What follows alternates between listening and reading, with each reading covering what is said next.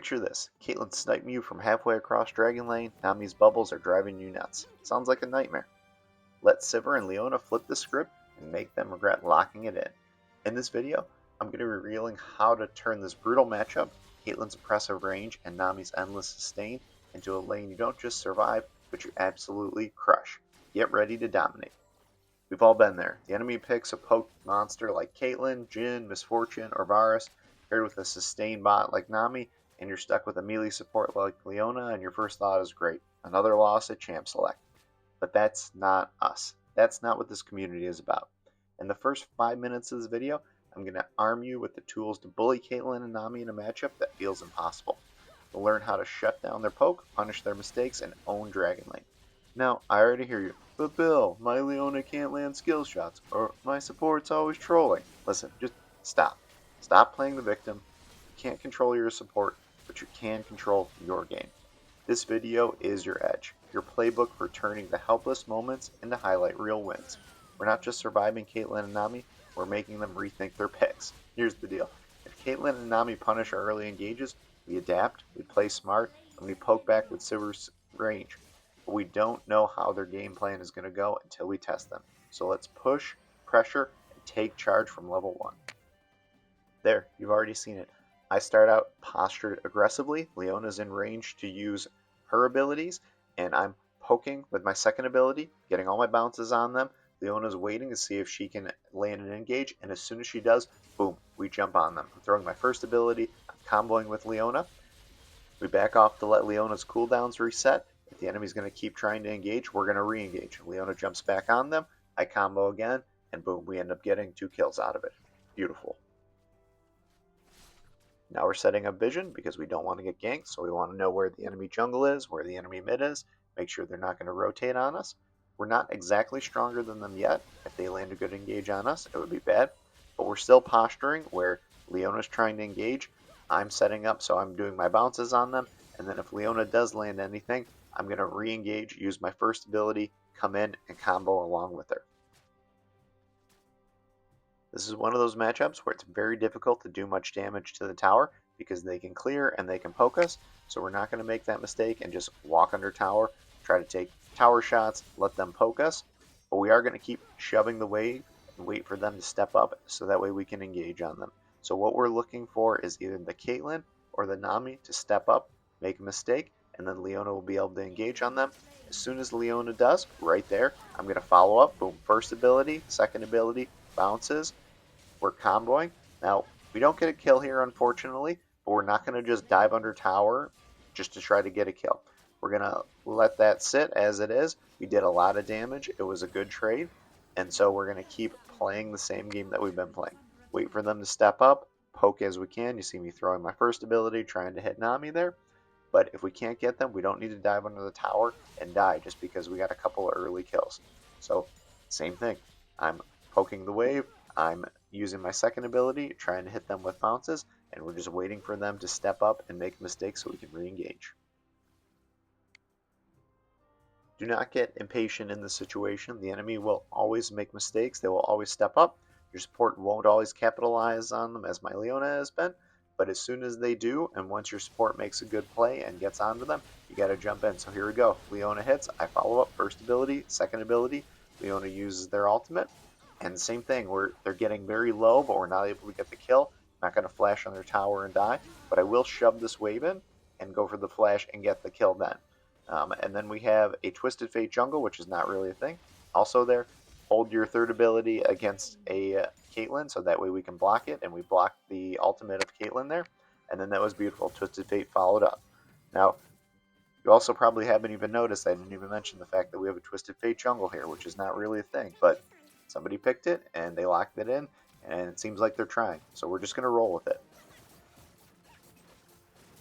Now, most likely at this point, the enemy is going to be on the Enchanted Ensemble. Actually, Jarvan shows up in mid there, but the Dragon's been up long enough that if they were going to go there, they could. You can see that the enemy is rotating. Leona lands another great ultimate and is able to stun the Caitlyn. And so our team needs to know that the enemy is taking the Enchanted Ensemble. And what should we be doing here? We should really take this tower. It's the first tower. We're going to have an opportunity to do it. And the reason you get the Enchanted Ensemble is to take towers. And so we shouldn't go try to fight that. There's no reason for us to be fighting that 2 versus 4. The Nami was over there as well. And so we get this easy first tower, and that's a great way to get gold, and we don't care that they got the Enchanted Ensemble. It was a great trade for us. And that's a wrap.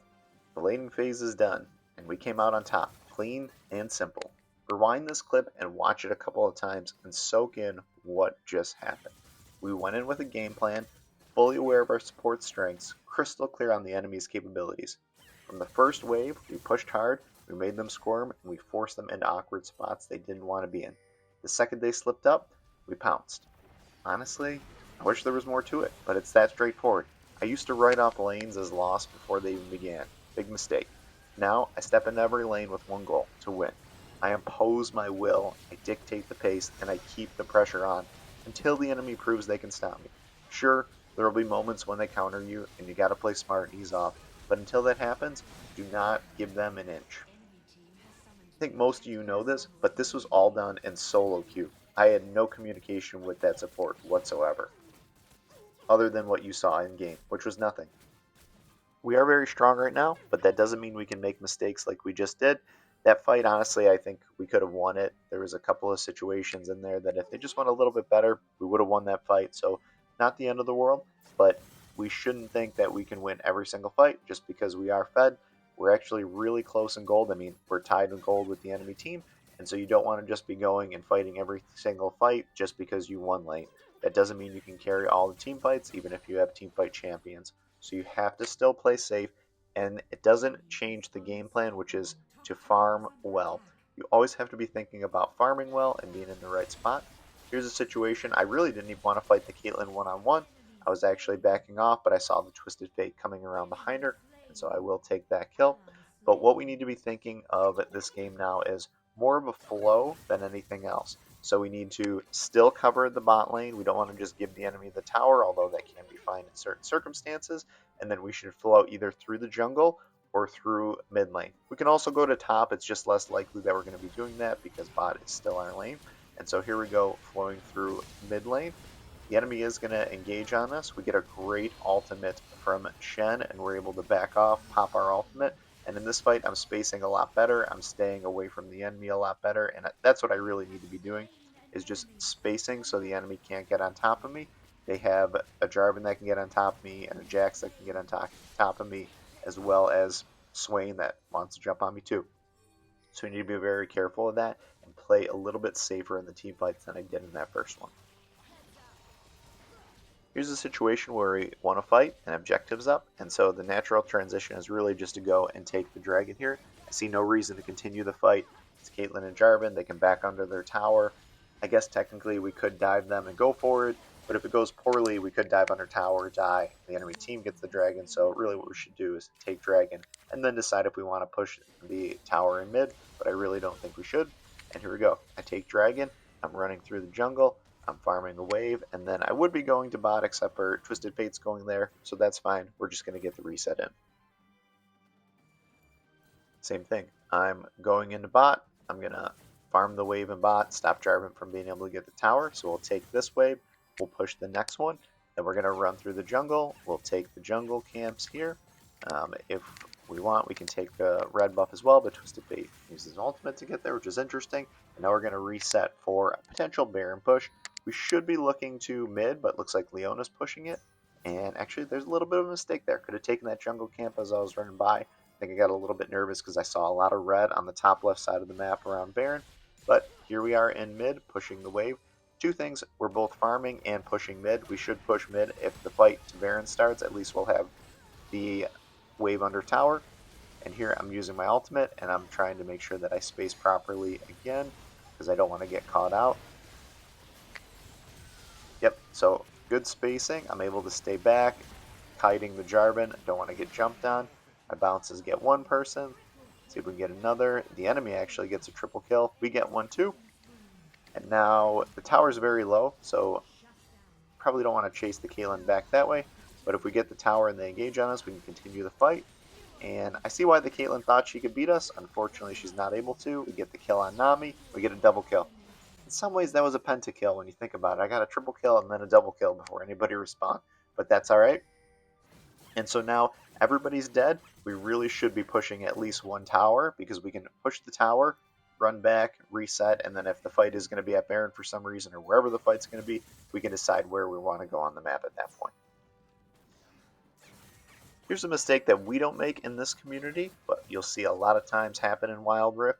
Twisted Fate and I are the carries, so our team should not be fighting for any reason really, unless they know for sure it's like on our side of the map and they have a 3 versus 2 or a 2 versus 1, then they can fight. But there is no reason for them to be fighting 3 versus 4 or 3 versus 5 or even 3 versus 3 against the enemy. That's how you turn and give games back to the enemy. Unfortunately for them, the Swain over chases. I don't know why you chase a Leona and a Shen, but they did in that situation, and so we were able to turn on them and get a kill.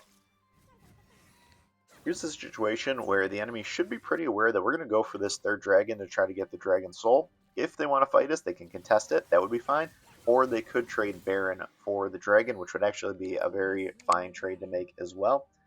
Fortunately for us, this is solo queue, and so the enemy just does none of that here. They don't even go for the Baron. Jack starts pushing a lane, and he's probably going to get caught out here. I mean, he's definitely in a weird spot. He's got us rotating on it.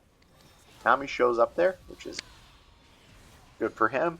And now we're going to pop our ultimate, and now this is a bit of a fight. We don't have Twisted Fate over here with us, so we want to be very cautious and very safe as we're taking this fight. Jarvan gets on top of us. Nice Galio out there. And they're letting me have way too much space and get my bounces off, my first ability, and we're able to get a quadra kill.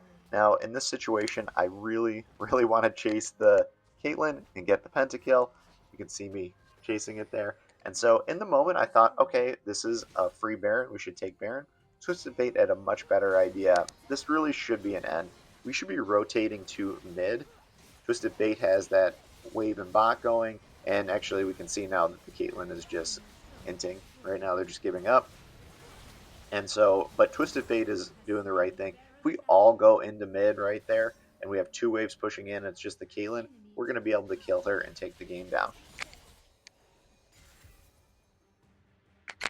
So go out there and own the Dragon Lane. Play smart, stay aggressive, and make the enemy regret stepping onto your turf. Drop a comment below. Tell me how you're crushing it or what tricks you're using to dominate. Subscribe for more tips, and let's keep climbing those ranks together.